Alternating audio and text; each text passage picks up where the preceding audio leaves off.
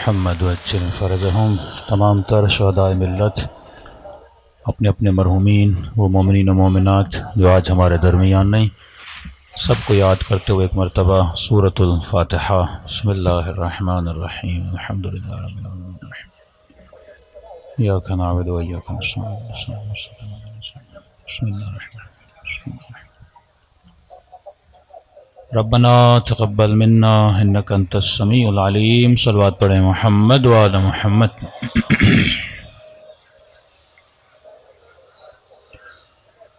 بسم اللہ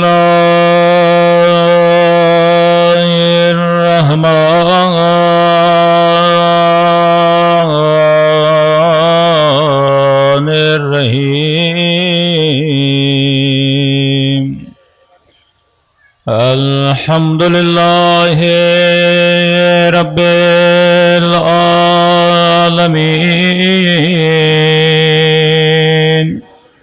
الحمد للہ کما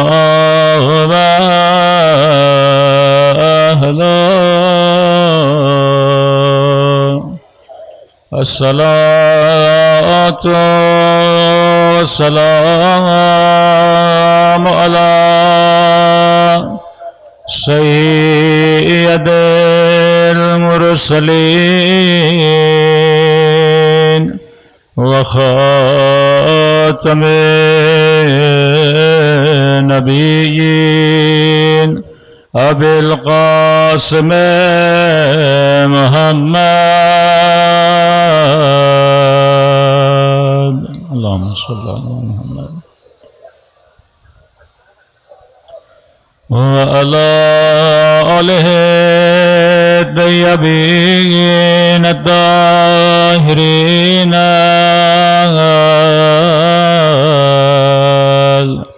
المعصومین۔ سب مل کے دعا امام زمانہ۔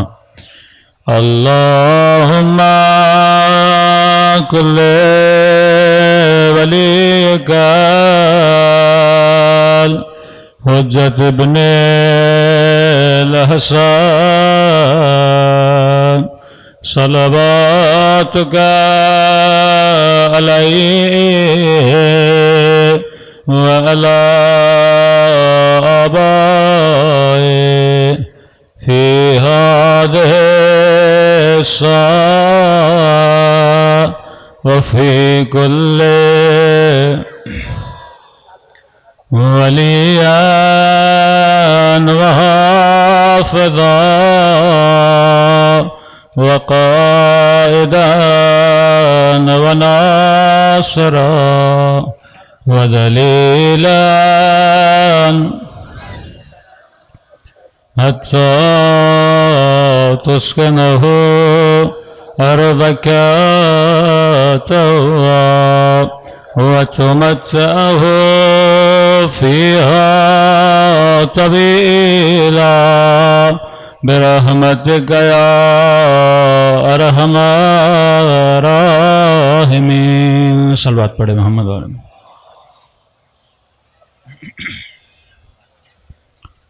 ایک بار بآواز بلند صلوات پڑھے محمد و آل محمد۔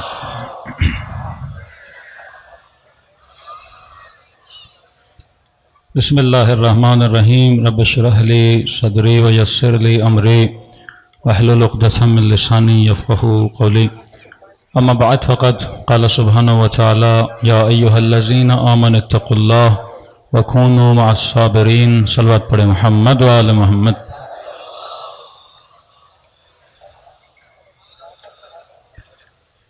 مسلسل عرض کر رہے ہیں کہ مقصد کربلا، مقصد مجلس، ہمارے جمع ہونے کا مقصد یہ ہے کہ ہم کسی عظیم ہدف کا پہنچ سکیں۔ اگر انسان کی زندگی میں ہدف نہیں تو انسان کی زندگی کا کوئی فائدہ نہیں۔ کہ امیر المومنین فرماتے ہیں کہ انسان کی قیمت انسان کی ہمت ہے۔ قیمت امرئ ہمتہ، جو آپ کی خواہش ہے وہی آپ کی قیمت ہے۔ اگر کسی کی پوری زندگی خواہش یہ رہے کہ میں کوئی فلاں اپارٹمنٹ خرید لوں، تو جو اس اپارٹمنٹ کی قیمت ہے وہی آپ کی قیمت ہے۔ اگر کسی جوان کی ساری ہمت یہ ہے کہ مثلاً میں فلاں گاڑی خرید لوں تو جو اس گاڑی کی قیمت ہے وہی آپ کی قیمت ہے. اگر اپنی قیمت فنا بناؤ گے تو آپ کی قیمت فنا ہے. ڈنمارک میں ایک سیمینار ہو رہا تھا. ایران کے بہت بڑے عالم دین آغا جعفر مجتہدی، ان کو دعوت دی گئی.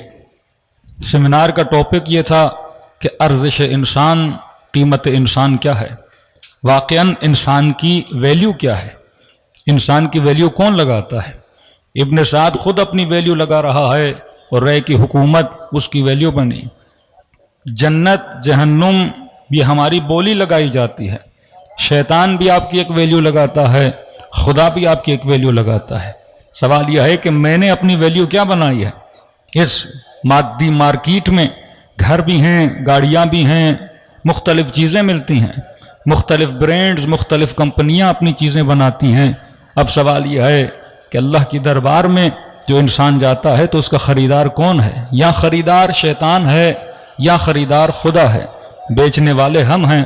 تو ان کو بھی دعوت دی گئی. یہ بہت بڑے فلسفر تھے اور ٹاپک یہ تھا کہ ارزش انسان، قیمت انسان کیا ہے.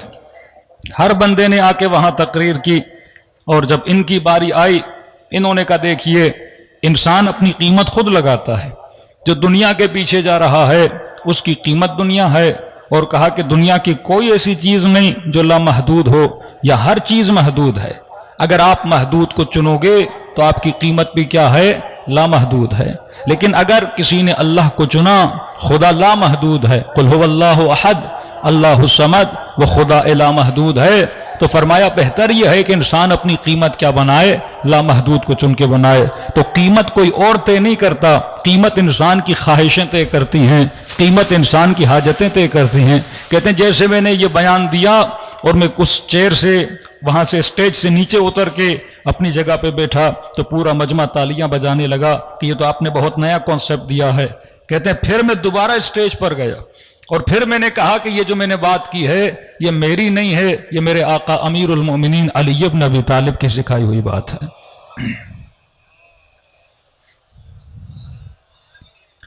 تو کربلا کا میدان ہمیں بتاتا ہے کہ تم نے اپنی قیمت کیا لگانی ہے. کچھ ایسے اصحاب حسین ابن علی ہیں جنہوں نے اپنی قیمت خود بتائی. کہ کل میں نے عرض کیا جناب نوفل وہ خود بتاتے ہیں کہ ہمیں کوئی کراہت نہیں ہے کہ ہم اللہ سے ملاقات کریں. بتایا کہ قیمت دنیا اور قیمت آخرت، کہ خدا خود آواز دے کے قرآن میں کہتا ہے کہ هل ادلکم علی تجارت تنجیکم من عذاب.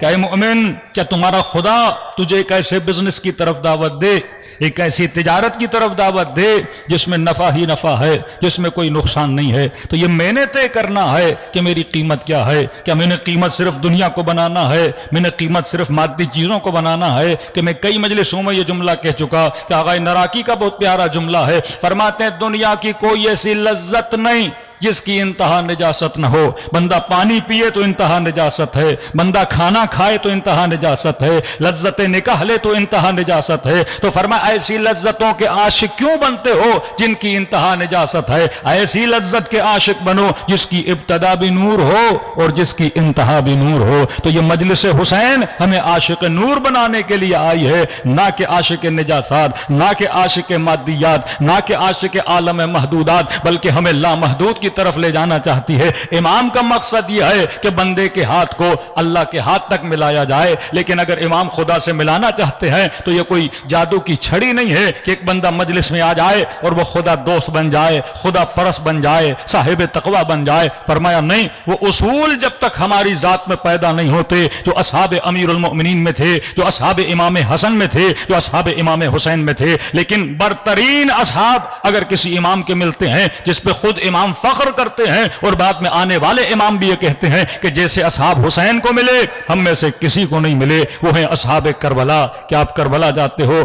آج رش کھاتے ہیں شہداء کربلا کے شہداء پر، انبیاء رش کھاتے ہیں شہداء کربلا پر. کیا آپ مختلف زیارتوں میں پڑھتے ہیں؟ مختلف کامل الزیارات کتاب ہے، اس میں لکھا ہے کہ ڈیلی 70,000 ملائک سرزمین کربلا پر آتے ہیں اور اصحاب کربلا کو سلام کرتے ہیں. لیکن یہ کربلا کے صحابی کیسے کربلا کے صحابی بنے جب تک ان کی صفات ہمارے اندر نہ ہو؟ کل میں نے ایک صفت کا ذکر کیا تھا، وہ صفت جناب نوفل نے بتائی، وہ صفت کون تھی کہ انسان صاحب بصیرت ہونا چاہیے۔ متقی ہونا کافی نہیں، نمازی ہونا کافی نہیں۔ اگر نماز پڑھنے سے، نماز بھی ضروری ہے، روزہ بھی ضروری ہے، لیکن سوال یہ ہے کہ خوارج نماز نہیں پڑھتے تھے، کیا روزہ نہیں رکھتے تھے؟ کہ آج ایک اہل سنت یا وہابیوں کا مفتی یہ کہے کہ یہ جو شیعہ کہتے ہیں کہ یزید فاسق و فاجر تھا، کہ نہیں، یزید تو نماز بھی پڑھتا تھا، یزید نے تو حج بھی کیا تھا، یزید نے تو یہ اعمال، ہمارا مطلب تو اس بات سے ہے ہی نہیں کہ نماز پڑھتا تھا کہ نہیں۔ اگر آپ نے ثابت بھی کر دیا کہ یزید نمازی نہیں تھا، خوارج کے لیے آپ کیا بولیں گے؟ آپ شمر کے لیے کیا بولیں گے؟ آپ ابن ملجم کے لیے کیا بولیں گے؟ ہماری ضد اس بات پہ نہیں ہونی چاہیے کہ نمازی تھا کہ نہیں، نہ ہی امام حسین نے ایسا کوئی جملہ اٹھایا۔ امام حسین کے کلمات تو پڑھیں، مولا یہ فرماتے ہیں الناس عبید الدنیا، یہ دنیا کے بندے ہیں، یہ دنیا کے غلام ہیں، اور دین ان کی زبان کی چٹخاری کا نام ہے۔ یہ نہیں کہہ رہے کہ یہ نمازی نہیں ہے، یہ نہیں کہہ رہے کہ یہ روزے دار نہیں ہے، مسئلہ وہاں پہ یہ نہیں تھا، مسئلہ یہ ہے کہ یہ دین پر عمل تو کر رہے ہیں لیکن دین کی روح سے دور ہیں۔ آج کوئی خاتون حجاب کرے پر وجود میں حیا نہ ہو تو حجاب کا فائدہ نہیں۔ آج کوئی جوان اپنی بہن کو حجاب تو کروائے لیکن خود جب باہر نکلے تو اس کی آنکھوں میں حیا نہ ہو تو اس کی غیرت کا فائدہ نہیں۔ ہر چیز دو طرفہ ہوتی ہے۔ آپ نے لباس تو پہننا ہے لیکن اندر احساس حیا بھی ہے کہ نہیں؟ آپ اپنے گھر پہ غیرت تو کر رہے ہو لیکن جب باہر نکلتے ہو تو اپنی آنکھوں میں حیا و شرم ہے کہ نہیں؟ جب روح دین انسان کے وجود سے ختم ہو جائے تو دین کھوکھلی شخصیت اختیار کر لیتا ہے، وہ صرف تصویر بن جاتا ہے، وہ دھوکہ دہی بن جاتی ہے، وہ اسلامی معاشرے میں خود کو دیندار دکھانے کا نام بن جاتا ہے۔ اہل بیت نے ہمیشہ روح کی طرف اشارہ کیا، تو کیا خوارج نماز نہیں پڑھتے تھے؟ کہ خوارج روزہ نہیں رکھتے تھے؟ جن کے ماتھوں پہ سجدوں کے نشان، جن کے گھٹنوں کی کھال نماز پڑھ پڑھ کے ان پہ ٹاول پڑ گئے تھے، تو کیا ان کے لیے آپ کیا کہنا ہے؟ اصل مقصد جو سمجھانا چاہتے، نماز پڑھ رہے تھے پر صاحب بصیرت نہیں تھے، حق شناس نہیں تھے، یہ نہیں پتا کہ نماز پڑھنے کے بعد میں نے کس راستے پر چلنا ہے۔ حدیث غدیر خم جب آپ پڑھیں گے، ہم صرف اپنے بچوں اور نسلوں کو یہ سناتے ہیں کہ رسول نے کہا من کنت مولا فہذا علی مولا، لیکن اگر آپ ابتدا میں چلے جائیں تو من کنت مولا سے پہلے رسول خدا امر بالمعروف نہی عن المنکر، حج، زکوٰۃ، صوم، صلاۃ کا ذکر کرتے ہیں، پھر آخری خطبے میں آ کر کہتے ہیں کہ من کنت مولا ہو فہذا علی مولا۔ مطلب نماز بھی ضروری ہے، حج بھی ضروری ہے، زکوٰۃ بھی ضروری ہے، یہ سارے کام ضروری ہیں، لیکن قبولیت کی نشانی یہ ہے کہ تمہارے دل میں علی کی محبت ہونی چاہیے۔ جب تک عشق اہل بیت نہیں، جب تک محبت اہل بیت نہیں تو تمہاری نمازوں کا کوئی فائدہ نہیں ہے۔ مطلب رسول کے بعد کس کے راستے پر چلنا ہے یہ بصیرت ہونی چاہیے، حق شناس بنو۔ اگر ابہام میں پڑ جاؤ تو اسے یہ پتہ ہونا چاہیے کہ حق کیا ہے اور غلط کیا ہے۔ کہ کل میں نے چھٹے امام کی وہ وصیت آپ کو سنائی، اس زمانے کے سادہ لوگ بھی پریشان ہو گئے کہ جب امام نے ظالموں کے نام بھی بتا دیا کہ یہ میرے جانشینوں میں ہیں، لیکن جو شیعہ با بصیرت تھا جناب ابو حمزہ سمالی، وہ سمجھ گیا کہ امام با بصیرت لوگوں کے لیے نشانی چھوڑ کر جا رہے ہیں۔ کیسے کوئی ظالم امام کا جانشین بن سکتا ہے؟ کیسے کوئی عورت 12 اماموں میں آ سکتی ہے؟ تو وہ سمجھ گیا کہ امام کون ہے؟ موسیٰ کاظم ہو سکتا ہے۔ اب یہ بصیرت کی ابتدا کہاں سے شروع ہوتی ہے؟ فرماتے ابتدا بصیرت اخلاقی ہے۔ جب تک انسان اپنے اخلاق میں بابصیر نہیں بنتا، ابتدا تربیت کسی اور سے نہیں ہوتی، اپنے آپ سے ہوتی ہے، جسے ہم منیت کہتے ہیں۔ آج عادت یہ ہے کہ ہم کسی اور کے عیب کو تو بیان کرتے ہیں لیکن نگاہ اپنے اوپر نہیں ہے۔ امیر المؤمنین علی بن ابی طالب فرماتے ہیں، صلوات پڑھیں مولا کی شان پر،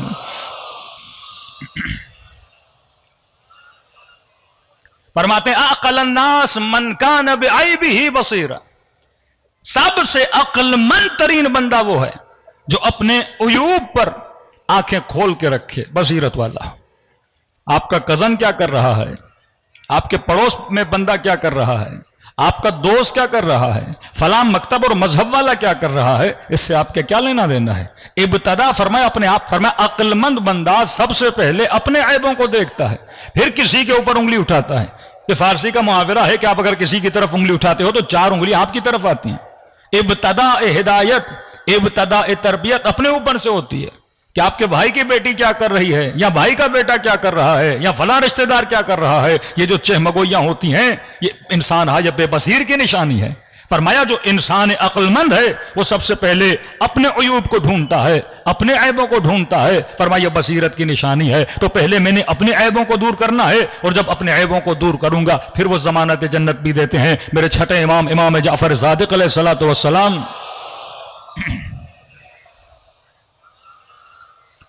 مولا کے زمانے میں ایک بندہ حاکم وقت کی دربار میں کام کرتا تھا. اس نے خط لکھا امام کو، مولا میں توبہ کرنا چاہتا ہوں. امام نے فرمایا توبہ کی شرط یہ ہے. دیکھیے بعض لوگ نظام ظلم کے اندر کام کرتے ہیں. معصومین نے 2 راستے بتائے.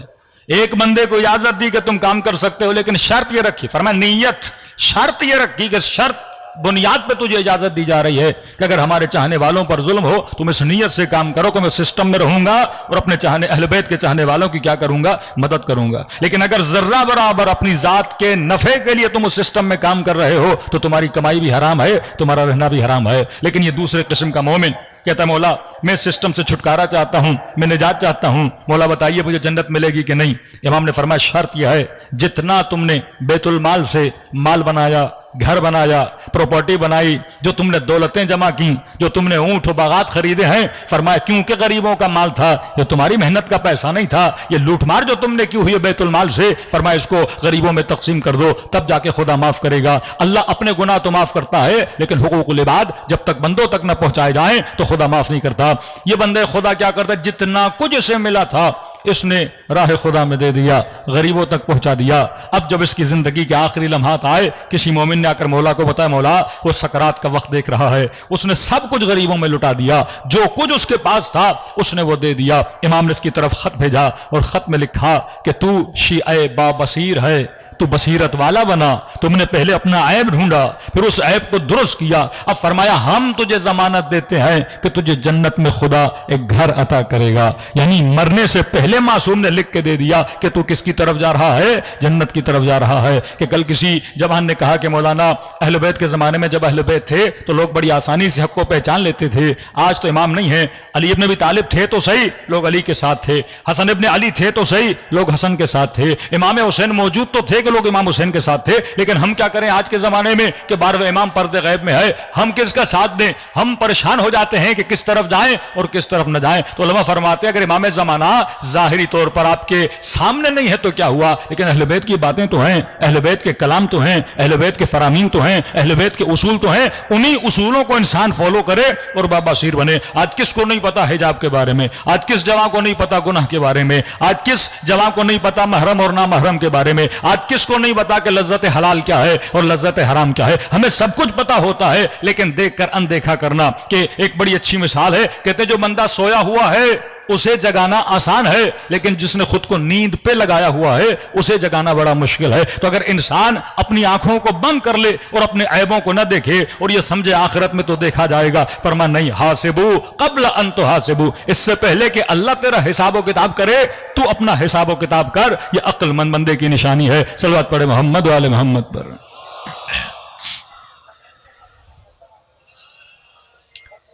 ایک ہے بصیرت اخلاقی، دوسرا چیپٹر ہے بصیرت دینی. جب تک دین میں بصیرت نہ ہو، کہ کل میں نے عرض کی آج رسول خدا کے جانے کے بعد جس چیز کا سب سے زیادہ معاشرہ شکار ہوا، جس کے بعد امت گمراہ ہوئی، وہ دینی بصیرت تھی. کہ لوگوں کو پتا نہیں کہ حق کیا ہے باطل کیا ہے، ہم نے کس کی طرف جانا ہے. کہ میں نے کہا رسول خدا کلو دے کر گئے کہ علی مع الحق والحق مع علی، یا کبھی ہاتھ بلند کر کے، یا کبھی کہا کہ یہ یا علی انت منی بمنزلت ہارون من موسیٰ، یا علی مع القرآن والقرآن مع علی، یا علی مثلک مثل الکعبہ. یہ ساری مثالیں کیوں دے رہے تھے؟ تاکہ لوگ جب پریشان ہو جائیں حق کو پہچان سکیں.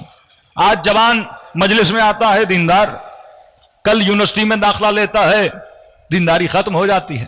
غلط دوستیوں میں جاتا ہے، دینداری ختم ہو جاتی ہے. فرمایا بعض لوگوں کے ایمان کی مثال مچھر کی طرح ہے. ابھی تیز ہوائیں چل رہی ہیں، اگر مچھر ان ہواؤں میں اڑ رہا ہو، جہاں ہوا کھینچے گی وہاں چلتا ہوا جائے گا. لیکن آپ کی باڈی میں ویٹ ہے، کیونکہ آپ کے بدن میں وزن ہے. ہوا میں اتنی تیزی نہیں ہے کہ آپ کے بدن کو یہاں وہاں کرے، لیکن اگر تیز طوفان آ جائے گا تو بندے کو بھی اٹھا کے لے کر چلا جائے گا. فرمایا مومن دنیا کے بڑے بڑے طوفانوں میں اپنے دین کو کھوتا نہیں ہے، اپنے ایمان کو کھوتا نہیں ہے. مولا مومن کی مثال فرمایا کہ جبل الراسخ، یہ مضبوط پہاڑ کی طرح ہے، دنیا کی کوئی طاقت اس کے ایمان کو ہلا نہیں سکتی. آج سب سے بڑا مسئلہ بصیرت دینی کا مسئلہ ہے. لوگوں کو یہ نہیں پتا کہ میں نے کس فرقے میں جانا ہے کس میں نہیں جانا. کہ کل میں نے مفتی ہمدرد کی ایک مثال دی تھی کہ وہ ایک سوال کرتا ہے عالم اسلام میں رہنے والے اہل سنت سے کہ بھائی یہ بتاؤ کس نے آپ کو کہا کہ آپ صرف فلاں کی فقہ کو فالو کر سکتے ہو، اور کس نے ہمیں منع کیا ہے کہ ہم اہل بیت علیہ الصلوۃ والسلام سے فقہ نہیں لے سکتے؟ انسان آزاد ہے، آپ کو فقہی مسئلہ ہے. ایک بندہ چاہتا ہے امام حنیفہ سے پوچھے، ایک بندے کا دل ہے میں فرزند رسول حضرت امام جعفر صادق علیہ الصلوۃ والسلام سے پوچھوں. لیکن یہ جو ریڈ لائن ہے، یہ جو پابندی لگائی گئی کہ آپ فقہی مسائل اہل بیت سے نہیں پوچھو گے. ایک مفتی برملا کہے کہ رسول نے کہا ہے کہ میری آل سے محبت کرو، لیکن پوچھو کچھ نہیں، پوچھیں گے دوسروں سے، ان سے محبت کریں گے. محبت دوسروں یعنی جو ظلم کرنے والے ہیں ان سے پوچھیں گے، لیکن جو اہل بیت علیہ الصلوۃ والسلام ہے ان سے نہیں پوچھیں گے. یہ کہاں کا قانون ہے؟ یہ کہاں کی تربیت ہے؟ یہ جو سوال ذہنوں میں پیدا ہوتا ہے یہیں سے بصیرت پیدا ہو جاتی ہے، یہیں سے ہدایت ملتی ہے. ابن ابی الحدید معتزلی تفسیر نہج البلاغہ لکھنے والے بہت بڑے عالم دین، انہوں نے اپنے استاد سے پوچھا. سوال کیا کیا کہ استاد صاحب میرا چھوٹا سوال ہے، حاکموں کو کیسی پریشانی تھی کہ اگر نبی کی بیٹی نے فدق مانگ لیا تھا، حاکم تھے، ایک باغ تھا دے دیتے، کہ اتنا بڑا ہنگامہ عالم اسلام میں کھڑا ہو گیا ہے. یہ کیسی پریشانی تھی کہ انہوں نے ایک باغ تک نبی کی بیٹی کو نہیں دیا. اس کے استاد تھوڑی دیر کے لیے خاموش ہوئے. اس نے کہا مسئلہ باغ کا نہیں تھا. کہ کس چیز کا مسئلہ تھا؟ کہ بغیر وٹنس، بغیر ڈاکیومنٹ کے اگر فاطمہ کی بات کو مان لیا جاتا تو یہ دلیل بن جاتی کہ یہ جو کہتی ہیں وہ سچ ہے. اور اگر ان کی پہلی بات کو مان لیا جاتا without document and without any witness تو یہ بات طے ہو جاتی کہ یہ جو کہتی ہیں وہ سچ ہیں. اور فرمایا ان کا دوسرا مطالبہ ہوتا علی ابن ابی طالب کی امامت کا مطالبہ ہوتا. تو مسئلہ فدق کو بچانا نہیں تھا، مسئلہ یہ تھا کہ امیر المؤمنین کی ولایت کا دعویٰ. اور یہ ثابت ہے کہ جناب سیدہ ایک ایک کے دروازے پر جاتی ہیں اور جا کر یہ بولتی ہیں کیا میرے بابا نے نہیں کہا تھا ہاتھ بلند کر کے کہ من کنت مولا فاز علی مولا؟ کہ نبی کے اصحاب میں سے ایک شخص کہتا ہے کہ میں جنت البقیع کی طرف گیا اور میں نے دیکھا کہ نبی کی بیٹی جناب حمزہ کی قبر پر فاتحہ پڑھنے آئی ہیں. جناب سیدہ رسول کے جانے کے بعد جناب حمزہ کی قبر پہ جایا کرتی تھی، امیر المومنین بھی جاتے تھے. اور یہ منقول ہے، مولا فرماتے ہیں کاش میرے چچا عباس کی جگہ آج چچا حمزہ زندہ ہوتے، آج میرے فلاں بھائی کی جگہ پر جناب جعفر زندہ ہوتے. اہل بیت یاد کرتے تھے ان لوگوں کو جو ان کے حقوق کے لیے آواز کو بلند کرتے تھے. یہ جناب سیدہ جیسے قبر پر فاتحہ پڑھ کے واپس آ رہی تھی، اس نے بی بی کی کنیز کو پیغام دیا کہ بی بی سے میرا ایک سوال ہے، اگر نبی کی بیٹی میرے سوال کا جواب دیں تو بہت مہربانی ہوگی. کہ کیسا سوال ہے؟ کہ مجھے یہ بتائیے کیا ان کو 100% یقین ہے کہ نبی کے بعد ان کا جانشین کون ہے؟ جیسے سیدہ سے پوچھا تو بی بی نے بڑے تعجب میں کہا کہ ہزاروں کے مجمع میں میرے بابا نے ہاتھ بلند کر کے کہا کہ من کنت مولا ہو فہذا علی مولا. اس سے بھی کوئی اور یقین کی چیز تمہیں چاہیے؟ یہ سننا تھا. تو یہ بندہ بڑا تیز تھا، اس نے اگلا سوال کیا. اس نے کہا نبی کی بیٹی اگر خلافت، اگر حکومت، اگر ولایت علی کا حق تھا تو علی ابن ابی طالب اپنے حق کے لیے باہر نکلے کیوں نہیں؟ فدق آپ کا حق تھا، آپ لینے کے لیے گئیں. لیکن اگر حکومت علی کا حق تھا، علی گھر میں بیٹھ کیوں گئے ہیں؟ یہ اپنے حق کے لیے آواز کیوں نہیں اٹھا رہے؟ واللہ اگر سیدہ نہ ہوتی یہ جواب آج تک قائم ہوتا. اس کا جواب سیدہ نے دیا. بی بی نے فرمایا مثل الامام مثل الکعبہ، امام کی مثال کعبے کی طرح ہوتی ہے. کعبہ کسی کے در پہ نہیں جاتا، دنیا کو کعبے کی طرف جانا ہوتا ہے. دنیا نے خرچ کر کے کعبے کے در پہ جانا ہوتا ہے، دنیا نے زحمت کر کے کعبے کی طرف جانا ہوتا ہے. تو میں کہتا ہوں جوان یہ انتظار میں نہ رہو کہ امام زمانہ آئیں گے. امام کا کام نہیں ہے تیری طرف آئیں، تیرا کام ہے کہ امام کی طرف بڑھو.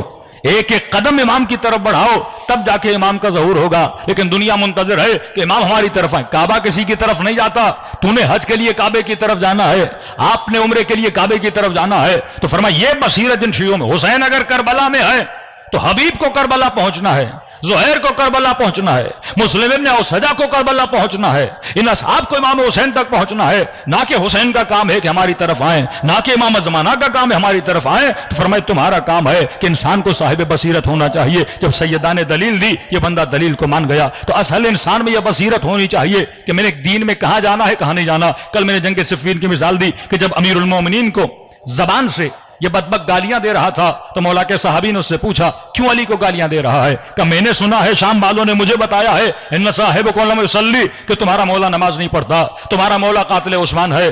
تو وہاں پہ لے کر آیا اسے لشکر میں اور اسے ملایا نبی کے صحاب سے کہ یہ دیکھ اویس قرن، جس کے لیے مشہور ہے یہ زہاد ثمانیہ میں تھا، جو پوری رات سجدہ کرے، پوری رات رکوع کرے، کہ یہ بتا جو یمن سے اٹھ کے یہاں تک آیا، یہ کبھی کسی ایسے کا ساتھ دے سکتا ہے جو نمازی نہ ہو؟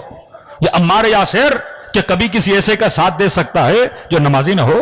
اتنے بڑے بڑے اکابر علی کا ساتھ دے رہے ہیں۔ اب یہاں پہ اس کی آنکھیں کھولیں۔ تو جب تک بصیرت دینی نہ ہو، انسان کو پتا نہ ہو کہ حق کیا ہے باطل کیا ہے۔ آج جوان یونیورسٹی جاتے ہیں، کبھی سیکولرزم، کبھی لبرلزم، کبھی خواتین کو فیمنزم کی طرف کھینچا جاتا ہے۔ یہ وہ لوگ ہیں جن کے عقیدے کمزور ہیں، جن کے ذہن رعا بن چکے ہیں۔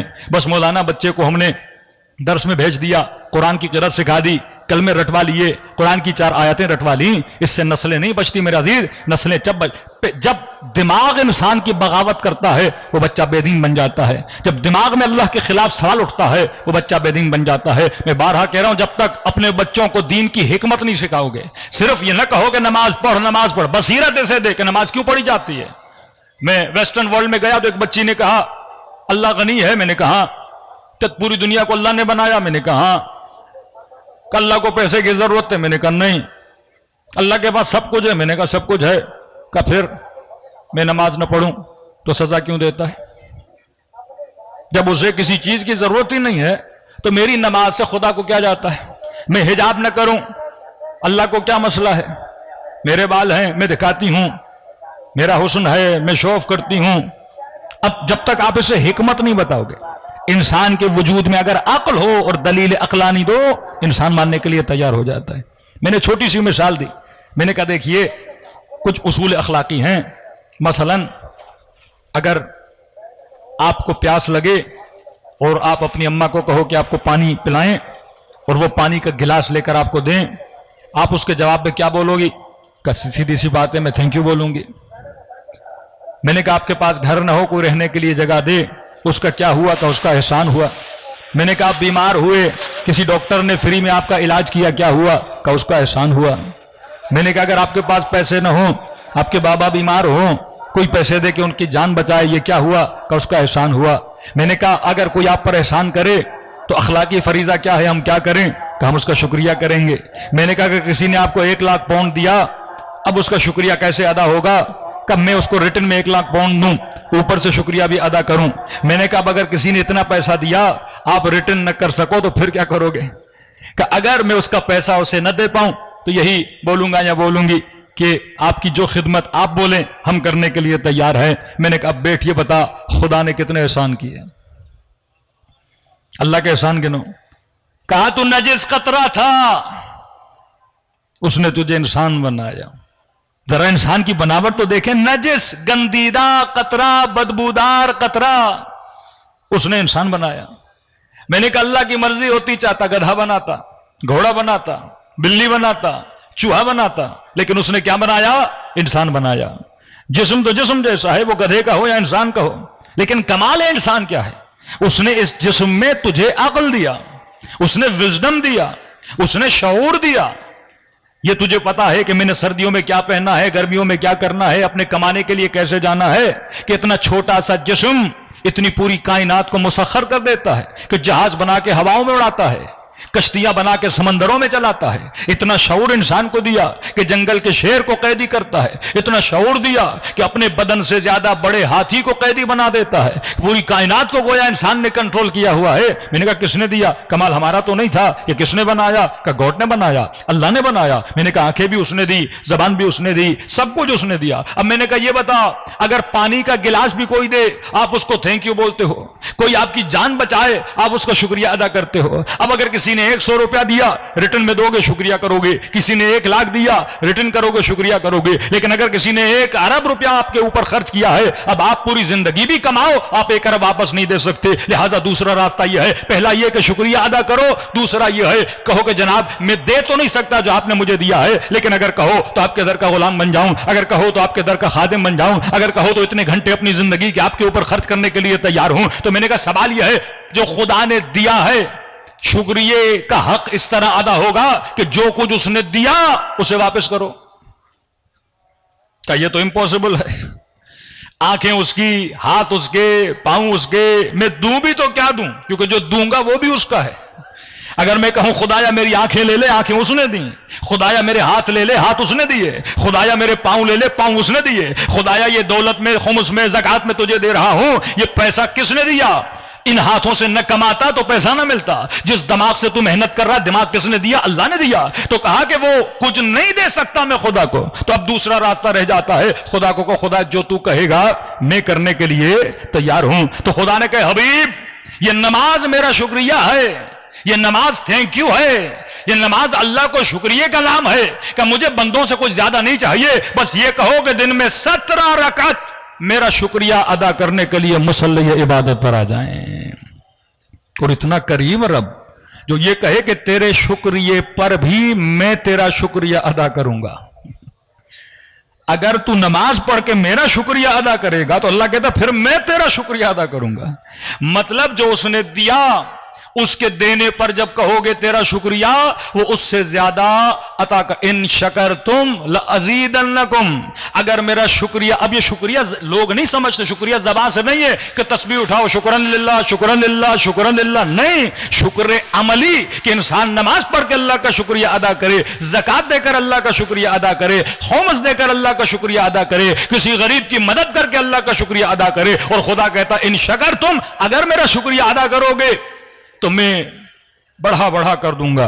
وَإِن كَفَرْتُمْ, اور اگر شکریہ بھی ادا نہیں کرو گے, مطلب میں نے دیا اور اتنے نمک حرام بن جاؤ کہ دن میں 17 منٹ میرے لیے نہ نکال سکو, سجدہ کر کے شکریہ ادا نہ کرو, پھر کہتا ان عذابی لشدید, میں ہر گناہ معاف کر سکتا ہوں پر نمک حرامی کا گناہ معاف نہیں کرتا. صلوات پڑھے محمد و آل محمد پر.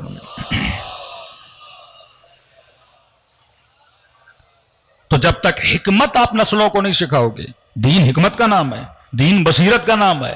اب جب اس کے ذہن میں بچے کے بیٹھ گئی, اب سمجھ گیا بھائی جس نے اتنا کچھ دیا ہے, ایک باس مجھے سیلری دیتا ہے, میں محنت بھی کرتا ہوں, آخر میں تھینک یو بھی لکھتا ہوں, اور وہ خدا جو مجھے رزق دے رہا ہے, فری میں آسمانوں سے پانی دے رہا ہے, فری میں آکسیجن دے رہا ہے. ذرا 5 منٹ سوچو تو صحیح, ایک دانہ زمین میں ڈالتے ہو 100 دانے بنا کے نکالتا ہے. پانی بھی اس کا, مٹی بھی اس کی, آکسیجن بھی اس کا, سورج بھی اس کا, چاند بھی اس کا. کورونا کے دنوں میں جب انسانوں کو مسئلہ ہوا تو جا کے ہاسپٹل کا جو آکسیجن لگاتے تھے کتنے پیسے لگتے تھے, ایک دانت گر جائے تو پیسے والا دانت لگاؤ تو کتنا خرچہ ہوتا ہے, کڈنی فیل ہو جائے, کسی کڈنی لینی ہو تو کتنے لاکھ روپے خرچ کرنا پڑتے ہیں, ڈائلسس ہو جائے لوگوں کا خون لگاؤ تو کتنا خرچ کرنا پڑتا ہے, اور وہ خدا فری میں سب کچھ دیے جا رہا ہے. تبھی فرمایا اس بدن اور اس نعمت خداوندی کا شکریہ ادا کیا کرو. کفران نعمت یہ بھی ہے کہ اللہ کا شکر بھی ادا نہ کرو, اوپر سے جو اللہ نے امانت دی ہے جوان اس کا خیال نہ کرے, گندی چیزیں کھائے, گندی جگہوں پہ جائے تاکہ جسم بیمار ہو جائے, اس کا بھی حساب و کتاب ہوتا ہے. یہ بدن اللہ کی نعمت ہے, اور جو بندہ با بصیرت ہے وہ اللہ کا شکر ادا کرتا ہے. اسی طرح کہا کہ حجاب میں کیوں کروں, میں نے کہا دیکھو حقوق العباد ہے. ہم کہتے ہیں نا, مثلاً ایک چھوٹی سی مثال دوں, ٹاپک بہت لمبا ہو جائے گا. مثلاً پاکستان میں تو قانون نہیں ہے, میں یہاں کوئی مثال بھی نہیں دے سکتا. صلوات پڑھے محمد و آل محمد پر.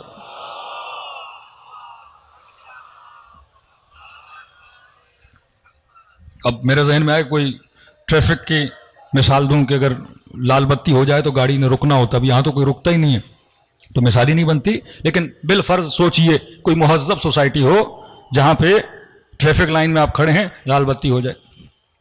اب یہ جو ریڈ لائٹ ہے کہ رات کے 1 بجے بتی لال ہے, ویسٹرن ورلڈ میں آپ جائیں گے لوگ رک جاتے ہیں بتی کے پیچھے. لیکن ایک کوشچن کرو, ہو سکتا ہے کوئی آپ کو بولے کہ جناب اب تو کوئی نہیں ہے, آپ کیوں رکے ہوئے ہو, آپ چلے جاؤ. یا ایک بندہ کہے میں لال بتی توڑ رہا ہوں, اس سے کسی اور کا کیا جائے. تو جو قانون بنتا ہے وہ آپ کے لیے صرف نہیں بنتا. قانون جب بھی کوئی بناتا ہے وہ سوشل قانون ہوتا ہے. لوگوں کے مفادات کے لیے قانون بنا. اللہ نے ایک انفرادی قوانین ہے، ایک اجتماعی قوانین ہے، فردی قانون اور معاشرتی قانون. مثلا یہ جو ٹریفک کے اصول ہیں یہ آپ کے لیے نہیں ہیں، یہ لوگوں کے لیے ہیں. کیوں؟ کیونکہ جب آپ سگنل توڑو گے، آپ گاڑی نکالو گے، اگلا بندہ سمجھے گا کہ سگنل اس کا گرین ہے، آپ کا ریڈ ہے، وہ آگے آئے گا، آپ دونوں کا ایکسیڈنٹ ہوگا. آپ کا تو نقصان ہوگا ہی ہوگا، لیکن اگلے بندے کا بھی کیا ہوگا؟ نقصان ہوگا. تو قانون اس لیے بناتا ہے تاکہ آپ بھی بچو، اگلا بندہ بھی بچے. اگر کوئی خاتون حجاب نہیں کرتی، اس کا نقصان اگر نہیں ہے، لیکن سوسائٹی کا نقصان تو ہے، کیونکہ خدا نے کسی کے وجود میں کشش رکھی ہے کسی اور کے لیے. یعنی جذبات کو ابھارنے کی چابی کسی اور کے پاس ہے. اللہ کا نبی کہتا ہے اللہ من رحم ربی، اگر خدا مجھ پر رحم نہ کرتا، حضرت یوسف، ان النفس لامارۃ بالسوء. ایک جوان ہے، جذبات ابھارے جاتے ہیں نا فلموں کے ذریعے، مختلف تصویروں کے ذریعے، مختلف کہانیوں کے ذریعے، مختلف باتوں کے ذریعے، مختلف شکلوں کے ذریعے. ایک طرف پتھر ہے، ایک طرف سونا ہے. میں آپ سے پوچھوں گا آپ پتھر کو کور کرو گے یا سونے کو؟ کہیں گے مولانا جس کی ڈیمانڈ ہے اس کو کریں گے. معاشرے میں جس کے چور، جس کے خریدار زیادہ ہوتے ہیں، اس چیز کو چھپایا جاتا ہے. پتھر کو کوئی نہیں چھپاتا. چائنا کا موبائل جلدی چوری ہوتا ہے یا کوئی برانڈڈ ہو؟ کاپی برانڈز کی بنتی ہے یا چائنا کی بنتی ہے؟ جس کی ویلیو ہوتی ہے اس کی کاپی بنتی ہے، جس کی ویلیو ہوتی ہے اس کے خریدار ہوتے ہیں. تو کوئی خاتون مانے یا نہ مانے، خدا نے اس کے وجود میں مرد کے لیے کشش رکھی ہے، اٹریکشن رکھی ہے. اس کے ناخن سے لے کر بال تک مرد کے لیے کشش ہے. لیکن مرد کے ناخن میں کوئی کشش ہے کسی عورت کے لیے؟ مرد کے بالوں میں کسی عورت کے لیے کشش ہے؟ مرد کی شکل میں کسی عورت کے لیے کشش ہے؟ ہاں تعریف کرے گا کوئی بندہ دکھنے میں اچھا ہے، خوبصورت ہے، لیکن وہ کشش شہوانی نہیں ہے جو خدا نے اس کے وجود میں رکھی ہے، کیونکہ اس کے وجود میں ڈیمانڈ ہے. اب اگر کوئی خاتون اپنے بدن کو عریاں کر کے باہر نکلتی ہے، وہ ہزاروں جوانوں کے ذہن میں ایک بھوک اور ایک خواہش کو پیدا کر رہی ہیں. جب ان کی خواہش پوری نہیں ہوگی، اب وہ اس چیز کو حاصل کرنا چاہیں گے. اب حاصل کرنا آسان تو نہیں ہے. اب ایک خواہش لے کر، ایک تکلیف لے کر یہ جوان گھر جائے گا.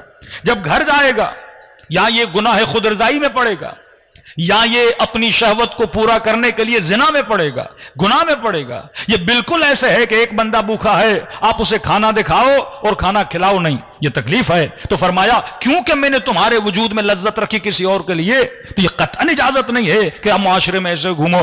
آپ خود کو تکلیف نہیں دے رہے لیکن کسی اور کو دے رہے ہو. دوسرا، کسی اور کو تکلیف نہ بھی دو، اپنے وجود کو بے ارزش کر رہے ہو. اللہ کہتا ہے کوئی چیز فری میں نہیں ہے، میں نے تمہاری عزت رکھی ہے، پردے میں رہو. اگر کوئی تمہاری چاہت رکھتا ہے، وہ عزت و احترام کے ساتھ تمہارے گھر آئے گا، تمہارا رشتہ مانگے گا. جو تم ڈیمانڈ کرو گی اس پر دینا واجب ہے. حق مہر عورت جو مانگے، 1 کروڑ بھی مانگتی ہے تو اس کا حق ہے مرد کو دینا ہے. 1 ارب بھی مانگتی ہے، اس کا حق ہے، اس کی مرضی ہے وہ کتنا مانگتی ہے. اخلاقی پہلو پہ بات نہیں کر رہا، لیکن اس کی جو ڈیمانڈ ہے وہ مرد نے پوری کرنی ہے. اور جب آپ کو اپنے گھر میں لائے گا، کمائے گا، وہ زحمت وہ کرے گا، محنت وہ کرے گا.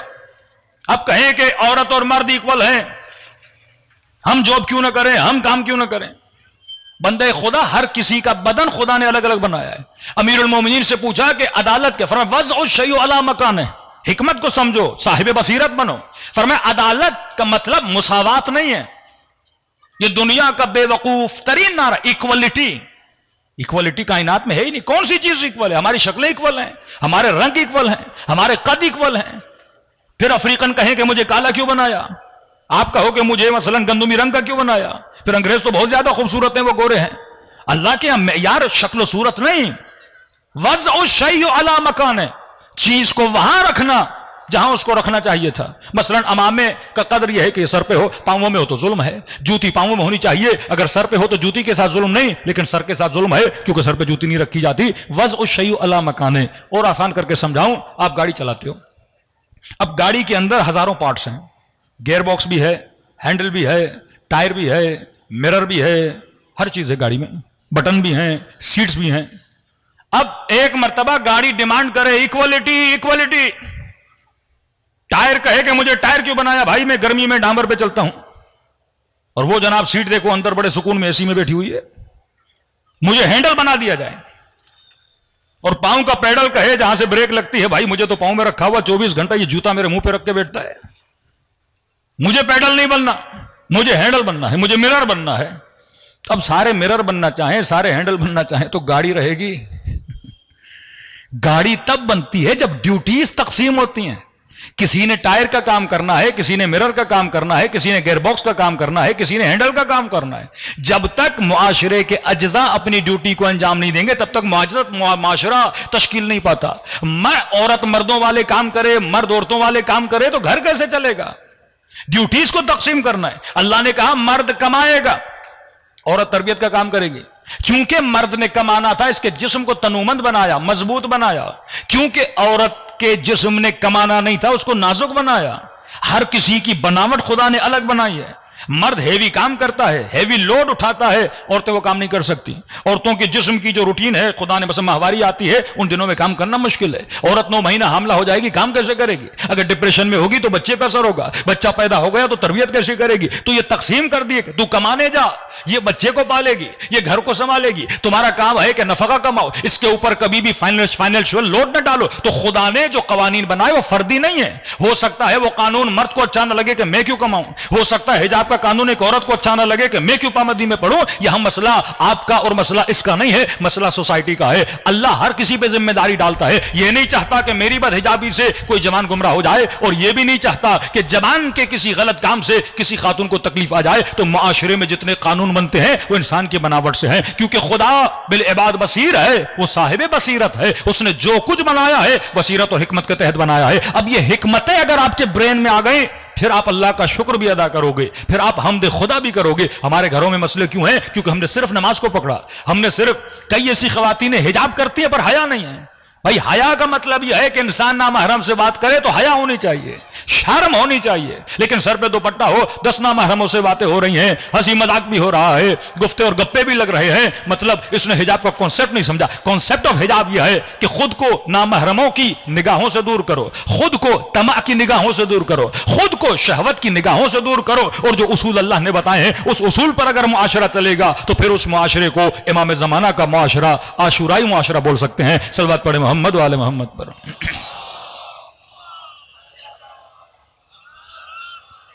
ہر چیز کو خدا نے ایسے بنایا جیسا بنانا تھا. صرف ایک دن بیٹھ کے اللہ کی نعمتوں کو گنا کریں. یہ جسم, یہ زبان, یہ آنکھیں, وفی کا عالم الاکبر. امیر المومنین کہتے تیرے وجود میں بڑی سے بڑی کائنات ہے. تو پہلی بصیرت بصیرت اخلاقی, دوسری بصیرت بصیرت دینی, تیسری بصیرت بصیرت سیاسی. الحمدللہ یہ بصیرت اہل بیت کے چاہنے والوں میں بہت زیادہ ہے. بصیرت سیاسی لمبا ٹاپک ہے. آپ مسلمانوں کے معاشرے کو دیکھیں گے, ان کے اندر سیاسی بصیرت نہیں. کیسے؟ مسلم معاشرے میں یہ کانسیپٹ ہی نہیں ہے کہ حاکم وقت کو عالم ہونا چاہیے. انہوں نے مولویوں کو محدود کر دیا مسجدوں تک, اور وہ کانسیپٹ تھوڑا بہت پاکستان میں بھی آیا حبشیوں کے اندر. وہ کام جو مولویوں کے تھے نہیں ہم نے مولویوں کو دے دیے. ابا مر گئے, جنازہ پڑھانا ہے, مولوی صاحب کو فون کرو. نکاح کرنا ہے, مولوی صاحب کو بلاؤ. کس روایت میں, کس حدیث میں ہے کہ نکاح مولوی نے پڑھانا ہے یا جنازہ مولانا صاحب نے پڑھانا ہے؟ یہ ہر بندے پر لازم ہے کہ اسے جنازہ پڑھانا آنا چاہیے, کفن دینا آنا چاہیے. کہیں پہ مر گئے اور مولوی نہ ملا تو کیا کرو گے؟ بے کفن بے نماز اپنے مردے کو دفن کر دو گے. مرد اور عورت کسی ایسی جگہ پہ آپس میں ملے جہاں پہ کوئی مولوی نہیں تھا تو نکاح کیسے ہوگا ان کا؟ استحباب نکاح میں ہے کہ عورت خود اپنا نکاح پڑھے. پتہ نہیں لوگوں کو, یہ تو معاشرے کی جہالت ہے. وہ کسی کو اپنا وکیل بناتے ہیں. جس طرح آپ کا کوئی کیس ہو, آپ لڑنا نہیں جانتے, کیس میں نے خود لڑنا ہے نا, مدعی میں ہوں تو کیس میں نے لڑنا ہے, لیکن کیونکہ مجھے بولنا نہیں آتا لہٰذا میں نے کسی کو وکیل بنا دیا کہ آپ ہماری جگہ پر بولو. لیکن فقہ ہے اہل بیت و فقہ اسلام میں نکاح خود پڑھنا ہے, قبول و ایجاب. ایک بندہ دعوت دے رہا ہے, دوسرا بندہ قبول کرتا ہے. نکاح معاملہ ہے, عقد ہے, معاملہ ہے. عورت کہتی ہے اتنے پیسوں کے عوض, اتنے حق مہر کے عوض میں تمہارے نکاح میں آنا چاہتی ہوں، اب وہ ٹیمپریری ہو یا دائمی ہو، میں تمہارے نکاح میں آنا چاہتی ہوں، اس کو قبول کیا جاتا ہے۔ رسول خدا کا جناب ختیجۃ الکبریٰ کے ساتھ نکاح کس نے پڑھا تھا؟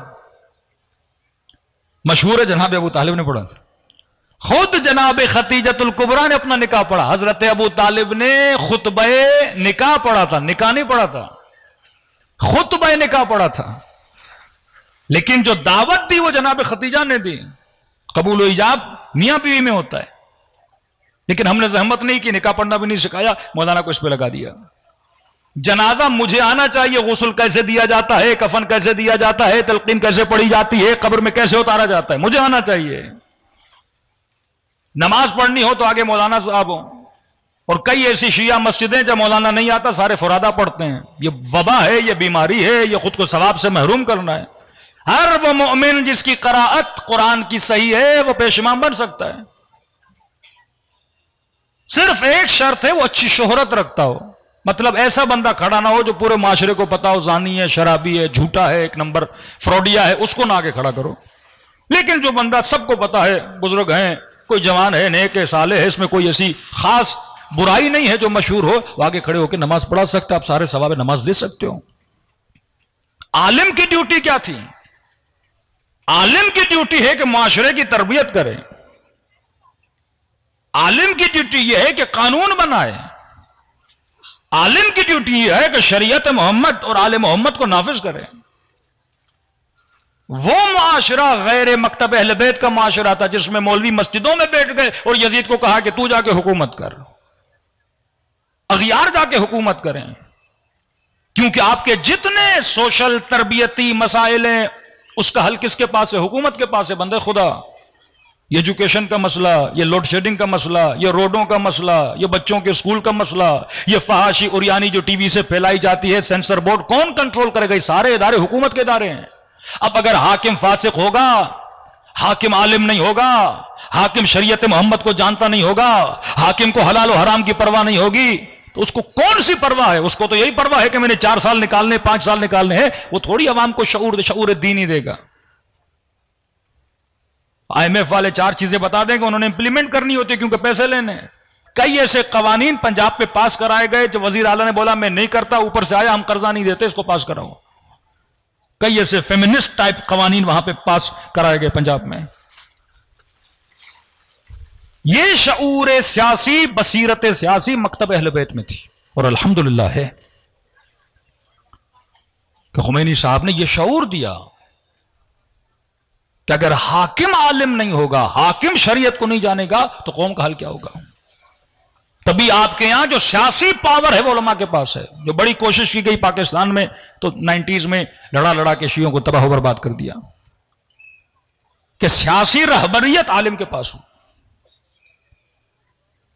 ایران میں عالم کے پاس ہے، عراق کے شیعہ اتنے آپس میں اختلافات ہوتے ہیں۔ سید علی سیستانی جب انگلینڈ سے واپس آتے ہیں عراق میں، 1 ہفتے میں عراق کا ماحول ٹھنڈا پڑ جاتا ہے۔ کوئی سوچ بھی سکتا ہے کہ وہ داعش جس کے پاس دنیا کا سب سے لیٹسٹ ترین اسلحہ، جو 27 کلومیٹر دور تھے امام حسین کاظم کی قبر سے، جن کے مظالم پوری دنیا نے دیکھے، ان کے مارنے کا طریقہ، بروٹل طریقے سے لوگوں کو مارنا، اگر یہ آگے بڑھتے کیا ہوتا اس زمانے میں اگر ایک عالم سیاست کو کنٹرول نہ کر رہا ہوتا؟ کیونکہ غیر عالم اگر اس کرسی پہ بیٹھے گا اس میں حب جاہ ہوگی، اس میں حب مقام ہوگی، اس میں پیسے کی خواہش ہوگی، وہ اپنے نام کے لیے کرے گا تو لوگوں کو آپس میں لڑائی۔ یہ سیاسی پارٹیوں میں جھگڑے کیوں ہوتے ہیں؟ کیونکہ مسئلہ کرسی کا ہے، مسئلہ خدا کا نہیں، مسئلہ عوام کے مفاد کا نہیں، مسئلہ ذات کے مفاد کا ہے۔ لیکن جب عالم ہوگا، وہ امام زمانہ کا فرمان کہ میں غیبت کبریٰ میں جا رہا ہوں، سائنًا لنفس سے، ایک ایسے شخص کے پیچھے جانا جس میں سیانت نفس ہو، جس میں حب ذات نہ ہو، جس میں حب جاہ نہ ہو، جس میں شہرت پسندی کی خواہش نہ ہو، جس میں وہوہ طلبی کی خواہش نہ ہو، اس کے پیچھے جانا۔ پورے عراق کے شیعوں کو کنٹرول کیا۔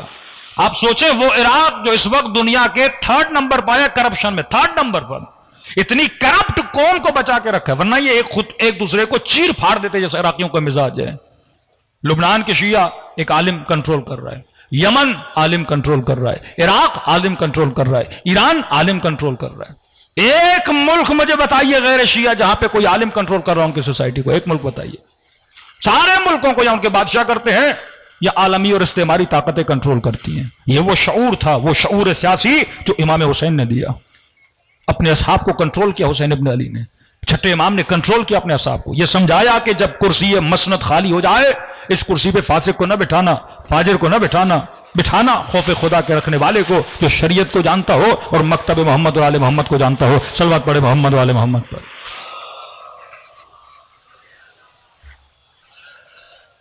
بصیرت سیاسی جب تک بندے میں نہ ہو جنگ صفین ہوتی ہے. بصیرت سیاسی نہ ہو جنگ جمل، بصیرت سیاسی نہ ہو جنگ نہرواں. یہ لوگ کیوں ٹوٹے؟ کیونکہ سیاسی طور پہ ان کا دماغ کام نہیں کر رہا تھا کہ ہم نے کس کی طرف جانا ہے. کہ میں نے کل کہا نا، جنگ صفین میں جب آیا تو پہچانتا نہیں تھا حق کیا ہے باطل کیا، بس سنا کہ علی نماز نہیں پڑھتے، اسی بات پہ چل پڑا. یہ بصیرت سیاسی جو افسوس سے ہمارے یہاں کم پائی گئی. تبھی اختلافات ہوئے، تبھی ہم ایک لیڈرشپ کے نیچے متحد نہ ہو سکے، کیونکہ بصیرت سیاسی نہیں تھی. انگریز جو کھیل کھیلتے تھے نا، ڈیوائڈ اینڈ رول، وہی سیاست چلی. اتنے دھڑے بنا دو تاکہ انسجام نہ پیدا ہو سکے، مرکزیت نہ پیدا ہو سکے. میرے عزیز، انفرادی طور پہ نیک بھی ہو جاؤ، امام کا ظہور نہیں ہوگا. مسئلہ انفرادیت کا نہیں ہے. اس مجمع میں کوئی بڑے سے بڑا نیک بیٹھا ہو، شیخ مفید سے تو زیادہ نیک نہیں ہو سکتا، بحر العلوم سے تو زیادہ نیک نہیں ہو سکتا، شیخ انصاری سے تو زیادہ نیک نہیں ہو سکتے، خمینی اور بہجتوں سے زیادہ نیک نہیں ہو سکتے، آغا قاضی سے زیادہ تو نیک نہیں ہو سکتے، بحر العلوم سے زیادہ تو نیک نہیں ہو سکتے. ہم سے بڑے بڑے بڑے نیک آئے لیکن امام کا ظہور نہیں ہوا. کیوں؟ شیخ حسن علی نخودکی جیسے، ابو الحسن اصفہانی جیسی شخصیات گزری ہیں، شیخ توسی جیسی شخصیات گزری ہیں، آیت اللہ دستغیب جیسی شخصیات گزری ہیں، آغا نراکی جیسی شخصیات گزری ہیں، شہید محراب جیسی شخصیات گزری ہیں. کیوں امام زمانہ نہیں آئے؟ انفرادی طور پر نیک بندے تو امیر المومنین کے زمانے میں بھی تھے، مالک بھی تھا، میں سمجھ تمار بھی تھے. انفرادی طور پر تو جناب ہانی ابن عروہ بھی نیک تھے. اجتماعی طور پر جب لوگ نیک نہیں ہو جاتے، کہ بولا جائے کہ فلاں سوسائٹی میں گناہ نہیں ہے، فلاں سوسائٹی کی عورتیں حجاب کرتی کمپلیٹلی، فلاں سوسائٹی کے جوان گناہوں کی طرف نہیں جاتے. جب ہم اجتماعیت میں آ جائیں گے، اور توقیع امام زمانہ بھی فرماتے جب لو اجتمع شیعہ، جب ہمارے شیعہ جمع ہو جائیں حق پر، باطل کے مقابلے میں جمع ہو جائیں معروف پر، یہ فیصلہ اٹل کر لیں کہ ہم نے کسی منکر کی اجازت نہیں دینی، دل میں حب خدا کو پیدا کر لیں، فرمایا پھر میرا ظہور دور نہیں ہے، قریب ہو جائے گا. اگر اس متقی مومن کی وجہ سے امام آ جائیں، دوسرے امام کی بات کو نہیں مانیں گے تو کیا ہوگا؟ کہ 12 حدیثیں، کبھی کہہ رہے ہیں اوئلہ اٹھاؤ، آگ کنگارا اٹھاؤ، نہیں اٹھا رہے، کبھی تنور میں کہہ رہے ہیں چلے جاؤ، کوئی جانے کے لیے تیار نہیں. کسی نے کہا مولا اتنے شیعہ اتنے شیعہ اتنے شیعہ، تو امام نے مسکرا کر کہا کہ اتنوں کو چھوڑ، یہ بکریوں کا ریوڑ دیکھ رہے ہو جی مولا، کہ اگر اس ریوڑ جتنے بھی میرے پاس شیعہ ہوتے ہم قیام کے لیے تیار ہو جاتے. کہ میں نے جب بکریاں گنی تو 22 تھیں، اتنے بھی ہوتے. کہ اس اعتبار سے جتنے نیک صحابی میرے جد حسین کو ملے کسی کو نہیں ملے. تکلیف اہل بیت یہ ہے میرے عزیز، انفرادی طور پر تقویٰ بہت ہے لیکن مسئلہ اجتماعیت کا ہے. بطور سوسائٹی جب تک ہمارے اندر چینج نہیں آتا، بطور سوسائٹی جب تک یہ غش اور بےمانی ہمارے اندر سے ختم نہیں ہوتی، مجلس سنیں، دکان پہ جا کے بےمانی کریں، ناپ تول میں بےمانی کریں، مومن کے پیسے واپس نہ دیں، گھروں میں ناچاکیاں، گھروں میں جھگڑے ہوں، بہن کے ساتھ مسئلہ، سسر کے ساتھ مسئلہ، بہو کا فلاں کے ساتھ مسئلہ، ایک دوسرے کی غیبتیں نفرتیں دلوں میں لے کے بیٹھے ہوئے ہیں، لیکن کالا لباس پہن کے مجلس میں آ جائیں اور یہ توقع کریں کہ امام زمانہ آ جائیں. نہیں، ہاں مجلس اپنا اثر ضرور چھوڑتی ہے، وجود کے اندر بدلاؤ لاتی ہے، لیکن پورا سال اس بدلاؤ کو رکھنا، جب تک یہ ارادہ مضبوط نہیں کیا جاتا کہ ہم نے بطور سوسائٹی خود کو بدلنا ہے، ایک سویلائزیشن قائم کرنی ہے امیر المؤمنین اور ولایت اہل بیت کے اندر، تب تک ایک بہت بڑی تبدیلی نہیں آتی، نہ ہی امام زمانہ کا ظہور ہوگا. صلوات پڑھے محمد و آل محمد پر. وقت بہت تیزی سے گزر گیا، بس چند جملے مصائب اہل بیت کے، کہ سیدہ زینب فرماتی، زینب کو دکھ اس بات کا نہیں کہ زینب کو غیروں نے نہیں پہچانا، دکھ اس بات کا تھا کہ زینب کو اپنوں نے نہیں پہچانا. یہ تکلیف تھی سیدہ زینب کو کہ اس کوفے والوں کو سیدہ زینب نے قرآن پڑھانا سکھایا تھا، کوفے کی بچیاں جب سیدہ اس زمانے میں رہتی تھیں تو یہ بی بی سے قرآن پڑھنے آتی تھی. ایک مومن کہتے ہیں مولانا جب شام گیا اور بازار شام میں چلنے لگا تو ذہن میں بات آئی کہ یہی بازار ہے جہاں سے علی کی بیٹی گزری ہوں گی. کہتے اس وقت میں نے کربلا جناب سیدہ کے روزے کی طرف رخ کیا اور میں نے کبھی بھی جب آج کا شریف اس بازار سے نہیں گزر سکتا تو مجھے نہیں پتا کہ علی کی بیٹی اس بازار سے کیسے گزری ہوں گی. یہ وہ اہل بیت ہے جنہوں نے سب کچھ لٹایا لِإِصْلَاحِ امت جدی. دلوں کو کربلا کی طرف روانہ کریں اور سلام کریں اس آقا کی مظلومیت پہ. السلام علی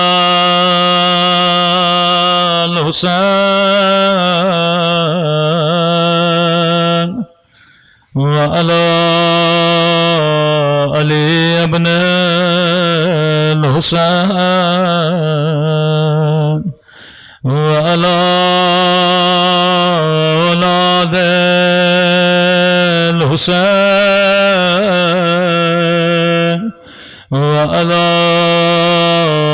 اصحاب الحسین. سب مل کے السلام علی الحسین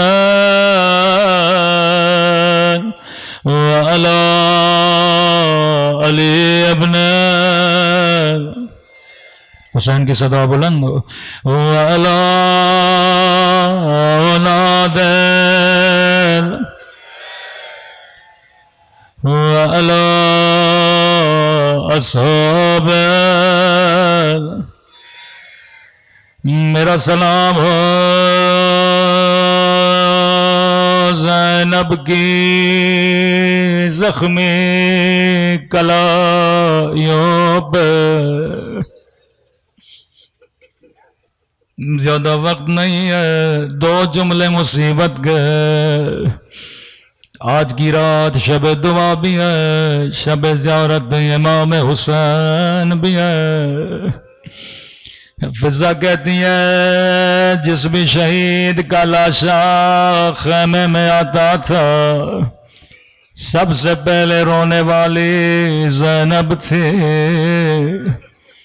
قاسم کا لاشا آیا، زینب نے گریہ کیا. علی اصغر کا ننھا سا بدن آیا، سب سے پہلے سیدہ زینب آگے بڑھی. لیکن فضا کہتی ہیں جب 2 ننھے سے لاشیں لائے گئے مجھے کہیں زینب نظر نہیں آئی. فرماتی ہے خیمے میں گئی، میں نے کیا دیکھا؟ بی بی نے سر سجدے میں رکھا رو کے کہہ رہی الحمدللہ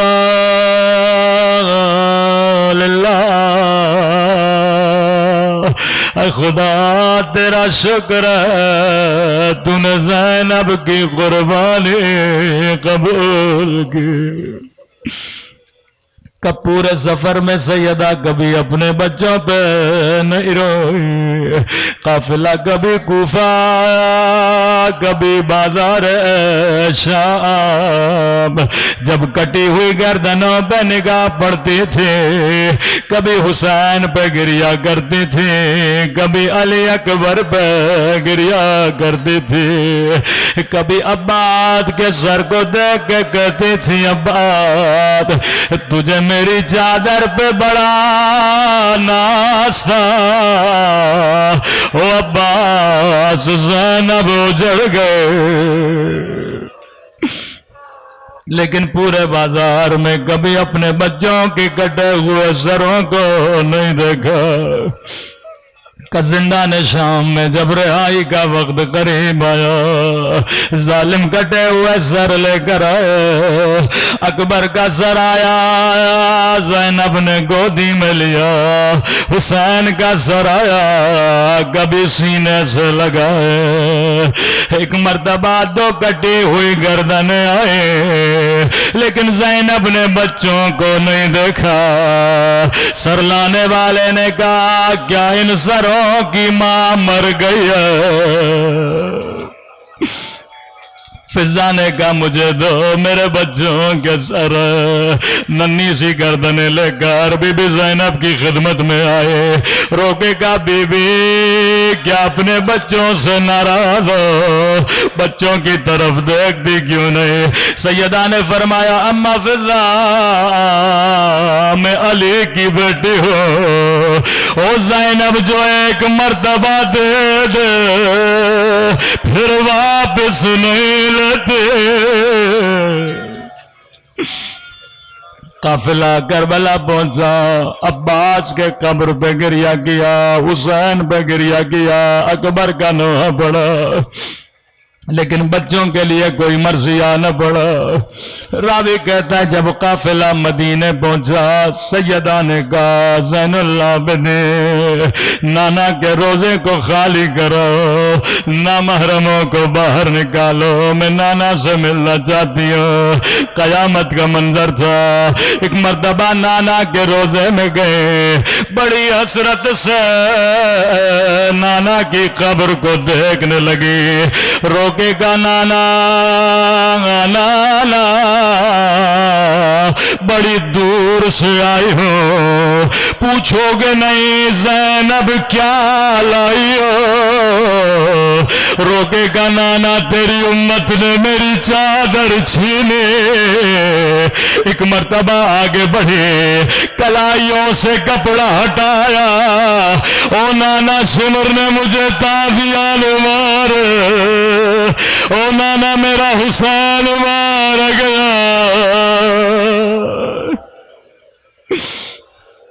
لیکن زینب نے بچوں کے نام نہ لیے، نانا کے روزے سے سیدھا زینب جنت البقیع پہ پہنچی، یہاں پہ کوئی لمبے مصائب نہیں پڑے، ایسا کام کیا قبر زہرا میں زلزلہ آیا، سیدہ نے خون بھرا، کرتا نکالا، ماں کی قبر پہ رکھا، آواز آئی زینب کرتا ہٹا،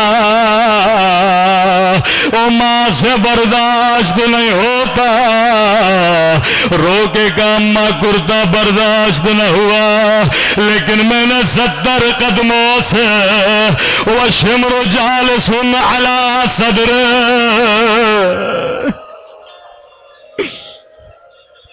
کسی نے آواز دی بی بی عبداللہ بلا رہے، میری مائیں بہنیں مجلس میں موجود ہیں۔ زینب کس حال میں گھر کی طرف روانہ ہوئے، جیسے اس گھر کے صحن کا دروازہ کھولا، عبداللہ صحن میں بیٹھے تھے، نگاہ زینب پہ بڑی، پہچانا نے، کہا خاتون رک جا، ابھی میری زوجہ گھر پہ نہیں ہے۔ سیدہ نے کہا عبداللہ تو نے بھی نہیں پہچانا، میں زینب اجڑ گئے، میرا حسین مار گیا۔ آخری جملہ زحمت کو تمام کرو، میری مائیں مجلس میں بیٹھی ہے، کربلا میں بچوں پہ نہیں روئی، شام میں بچوں پہ نہیں روئی، نانا کے روزے پہ نہیں روئی، لیکن زینب کتنا صبر کرتی، زینب کے دل میں بھی ماں کا دل تھا۔ ایک مرتبہ صحن پہ نگاہ پڑی، زینب کو 2 بچے یاد آئے، بچوں کا کمرہ کھولا، نگاہ 2 مسلوں پہ پڑی، مسلح سینے سے لگائے، روکے کا اون محمد، اب زینب کا دل نہیں لگتا، اے خدا زینب کو اٹھا لے جب میرے بچے نہ رہے۔ الا لعنت اللہ علی القوم الظالمین۔